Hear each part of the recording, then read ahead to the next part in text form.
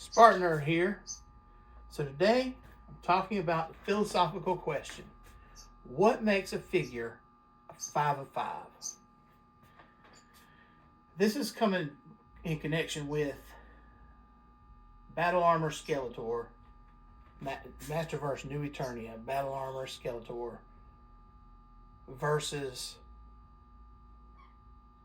the Mythic Legions Undead of Vikenfell. Both have a similar motif of Viking helmet guys, and for what they are, they both get a 5 of 5. The real question is, which is better? And truly, you're talking about two different lines, two different takes on everything. Mythic Legions is premium, high quality, targeted directly at people who are Master Universe fans and similar properties fans, whereas Master Universe is just for Master Universe, but there's some like crossover with what the kids want, some crossover with it's Mattel, so it's more mass-produced, mass retail.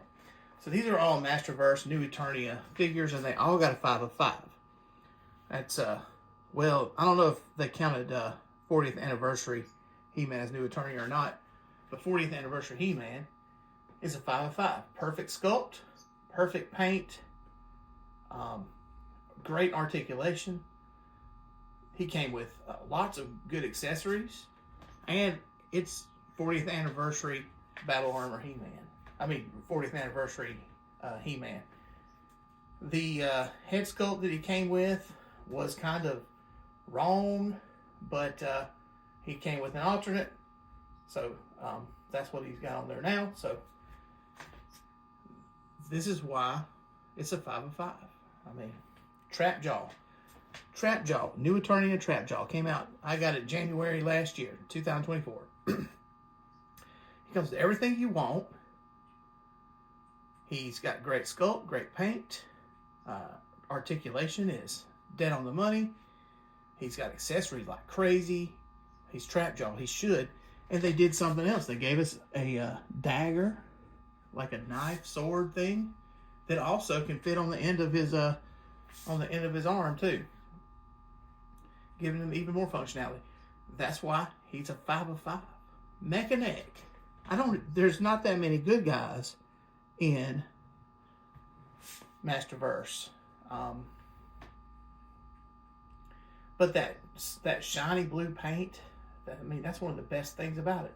And they gave us all these extra neck pieces. Notable that I have double the neck pieces on there, so he's got even longer neck. But hey, coming with 5 neck joints was already incredible. And then, so what? Sculpt, paint, all that's great. Accessories, articulation. Over the top, he added something major to the collection. And I didn't even think I was going to get Snout Spout last summer vacation when he just kept sitting and sitting and sitting, looking at me on Mattel Creations, and I'm like, nah. Then I got it. Man, am I glad I did. Snout Spout's incredible. Sculpt, paint, articulation. Sculpt, paint, articulation, and no stupid problems. Great accessories. What they did with him is very welcome. He's huge. I mean, he's even bigger than 40th anniversary He-Man. And shouldn't an elephant guy be huge? So I'm just saying, that's why he's a 5 of 5. These are all 5 of 5s. Let's take a moment and talk about some Mythic Legion 5 of 5s. I don't have many Mythic Legions. I mean, they're more expensive and more scarce, right? But I'm starting to cruise some of them. Who I have here is Sir Godfrey. And I keep saying Sir Gideon. And that is incorrect.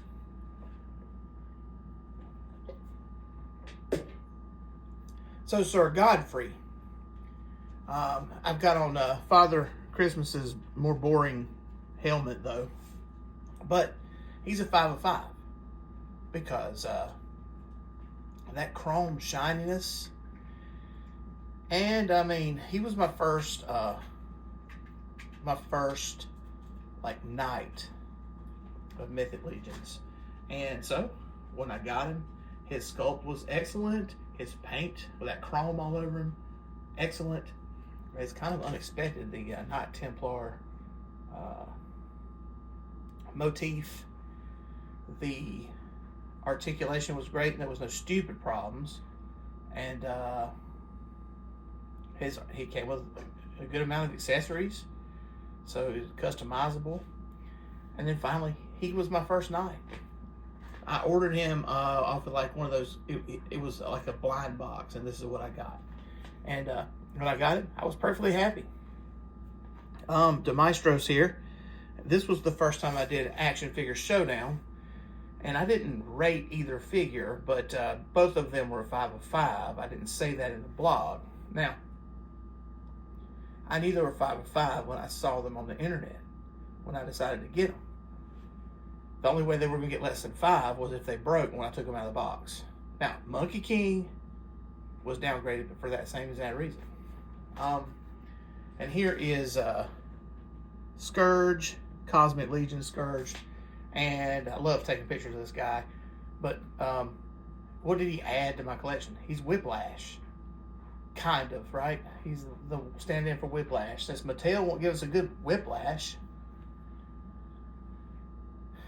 the Four Horsemen did. So, I mean, all these excellent sculpts, excellent paint, excellent accessories, excellent articulation. They're just all around excellent, and they add something to my collection. So, this is why they're 5 of 5. Let's look at 5 of 5 of other lines. So, 5 of 5. I have Super 7 Ultimates Black Falcon, a generic dude. I didn't know who he was. I still don't really know who he is. He's from the line called The Worst, a line of generic bad guys, I guess. And once again, like, I don't even have all his accessories out because he has so many. Once again, though, what does he have? Great sculpt, great paint, great articulation, a great amount of accessories, like probably more accessories than almost anybody else. And I mean, he was like a skeleton boss. You know, he deserved a 5 of 5. At the time, I ordered Maxilius, and then they had a little sale where on Big Bad Toy Store, and that's where I wound up getting these two. So, Demistros and Black Falcon, and my showdown of them. Ultimately, Demistros wound up winning on account of the sculpt and everything. But I mean, Black Falcon was great. His sculpt ain't bad, and he came with so many things, like 3 heads and just so many other things. I mean, a cape. All right, so this brings us to G.I. Joe Classified. This is Gnawgahyde. Now, Gnawgahyde as a character, I really didn't have much connection with, but I understand the Dreadnoks very well. They're awesome. So when I saw this, I wanted it. I knew immediately I wanted it. So he came with these 2 animals, and he came with so much stuff, like a sniper rifle and that hat's removable, a necklace. His necklace is actually on Vicor right now, but so you see he's adding something else to the collection. I mean, he came with a bow, like a compound bow. He's a 5 of 5. Great sculpt, great paint, great articulation, great accessories. And this warthog can be on display, and that monkey really with anybody. So, I mean, that adds a lot to the collection. So hopefully this rating system makes sense. Now let's figure out which is better, though. Undead of Vikenfell or Battle Armor Skeletor.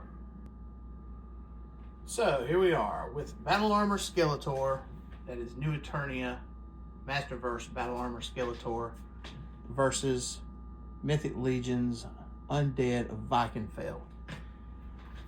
2 guys that both get a 5 of 5, but this is an action figure showdown. Who will win? Now, both of them hit the boxes, sculpt, paint, articulation, accessories, and they both add something awesome to the collection. They are Viking type characters. They both are 5 of 5. But which is the better 5 of 5? And this is why the philosophical question about the rating system. So, I mean, Demistros versus Black Falcon. There's a lot of humor in that. There's a lot less humor to these guys. I mean, besides Skeletor looking a little bit too happy. So that has to take away. I mean, you know, we take off this helmet. Look at that. It's like a Joker kind of smile. That's Mark Hamill right there, voicing this Skeletor, right? Everybody said that about Mark Hamill's Revelations performance. Sounded a lot like the Joker. He is the Joker.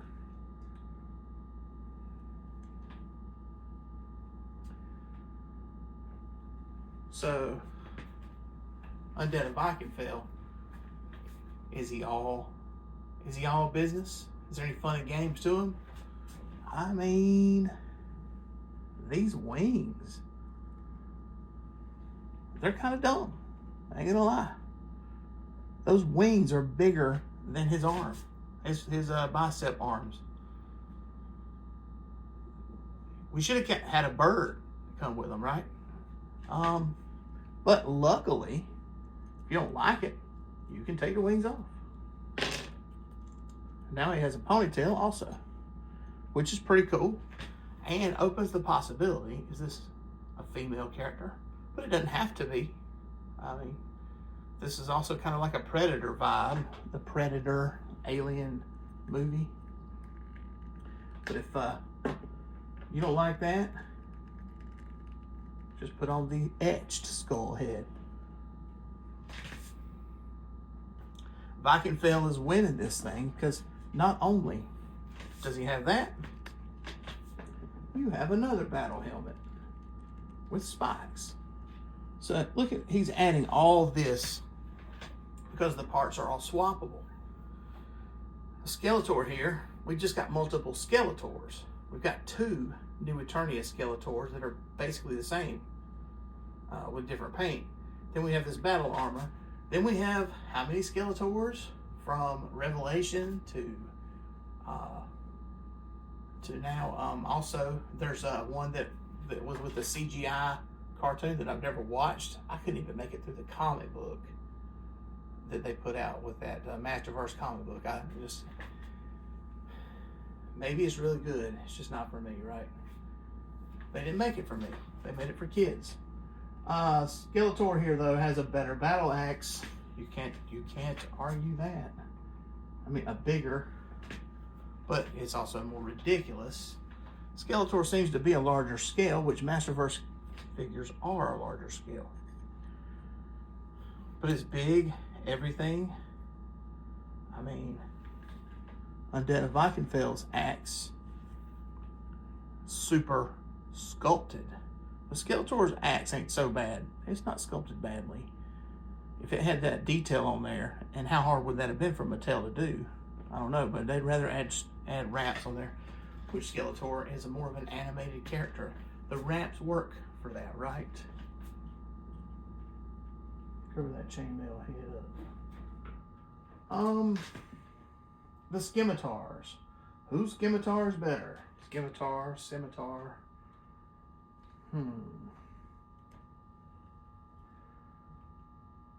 Well, Skeletor's is definitely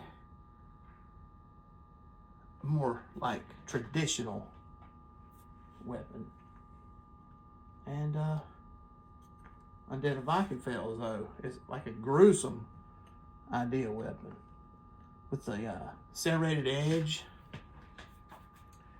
so you can slice, saw, stab, and when you bring it up, you can do damage that way too, the way that sword hooks. I think Undead of Vikenfell wins the sword battle. So our points here. Skeletor wins the axe battle. Undead of Vikenfell wins the Scimitar battle. Undead of Vikenfell wins the head sculpt options battle. What else should I go with? Undead of Vikenfell's parts add a whole lot to other Mythic Legion skeletons. Skeletor, however, blue hands from other figures can go on him. He didn't come with extra hands. Undead of Vikenfell came with extra hands. Now we're comparing two things that cost a different price. So $45 or $50 for Undead of Vikenfell, less than $25 for Skeletor. All right, so you can argue that that is a selling point, making Skeletor better. However, is the extra $20 there in Undead of Vikenfell? It definitely is. And we also have a shield, a wonderful shield. And I have said over and over that Mattel makes boring shields. If Skeletor came with a shield, it'd have been boring. I can complain because Skeletor only came with one other. He came with the clean battle armor and the 2 scratches. Why didn't they give us all 3 scratches? Like one with just a single. I complained about that with the other 2 battle armor He-Mans that they had. So that it came out with. They didn't come with enough of those plates. They're not swappable. This Skeletor's plates are not swappable with He-Man's, and I was very surprised about that. I think the winner here is definitely the Undead of Vikenfell. He gives us the most options for the rest of the collection. By himself, he's a cool warrior, or perhaps even she, a cool warrior. I didn't realize when I first did this review, but this is the same body as Father Christmas's, but with a lot more paint on it. Okay, so, I mean, we had, what I'm saying is, there's more things that these parts can directly swap to. So, the winner here, Undead of Vikenfell. I want you to argue with me about this in the comments, please. Like and subscribe if you like this video, if you like content like this. You know, go read the blog, SpartanNerd.com. Thanks.